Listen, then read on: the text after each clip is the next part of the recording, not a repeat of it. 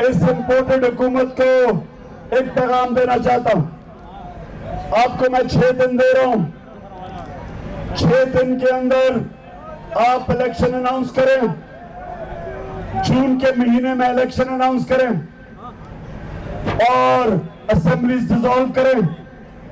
अगर 6 दिन के बाद ये नहीं करेंगे आप, तो मैं सारी अपनी कौम को लेके वापस इस्लामाबाद आऊंगा। पुलिस वाला जो